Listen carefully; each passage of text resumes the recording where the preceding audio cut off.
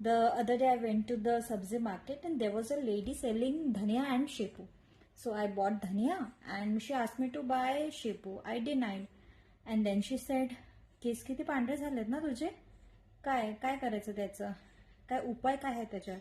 And I simply replied की काय करायचं? जसे आहे तसे ठेवायचे.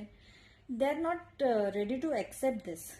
Means आधीच मी एवढी आळशी आहे, त्यात मी एवढी मूडी आहे, आणि आता या माझ्या एजमध्ये असे किती लोक असतील ना, आणि किती लोकांना हा असा केसांचा आहे ते प्रॉब्लेम असणारच.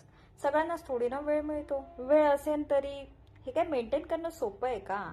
आणि कशाला, बाकी इतर गोष्टी आहेत की लक्ष द्यायला. कशाला ना दुसऱ्याला इतकं पॉइंट आउट करून द्यायचं की बघ तुझे केस किती पांढरे झाले आहेत. म्हणजे आपल्याला काही वाटत पण नसतं, पण हे असतात सांगायला आपल्याला की बघ बघ कसं दिसतंय ते.